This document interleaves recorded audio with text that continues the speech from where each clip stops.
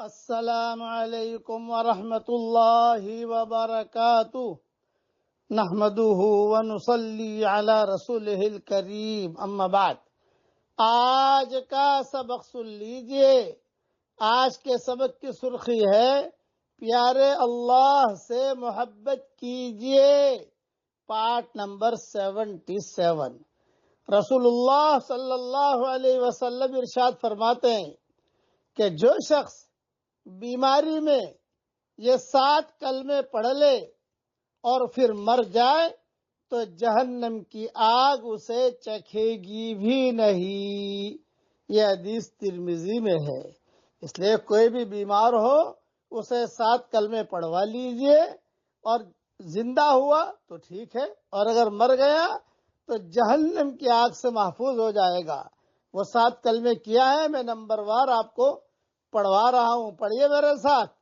Number 1، لا الہ الا اللہ۔ Number 2، واللہ اکبر۔ نمبر 3، لا الہ الا اللہ وحدہ۔ نمبر 4، لا الہ الا اللہ وحدہ لا شریک لہ۔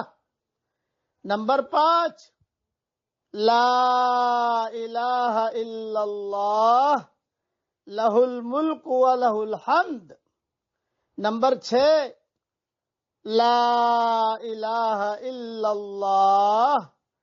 نمبر 7، ولا حول ولا قوت الا باللہ۔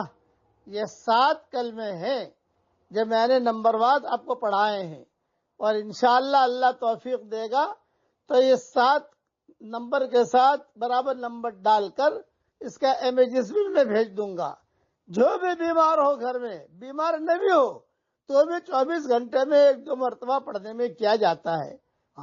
مر گیا تو جہنم کی آگ اسے چکھے گی بھی نہیں، جہنم سے بچ جائے گا۔ یہ حدیث ترمذی میں ہے، اس لیے ان چیزوں کا خیال رکھیے۔ اب پڑھ لیجئے میرے ساتھ، الحمدللہ الذی بعزتہ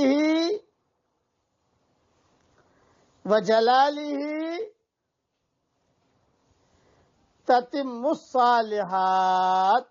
اللہ تعالیٰ ان کلمات کے پڑھنے کے اللہ ہم سب کو توفیق عطا فرمائے، آمین۔ وآخر دعوانا ان الحمدللہ رب العالمین۔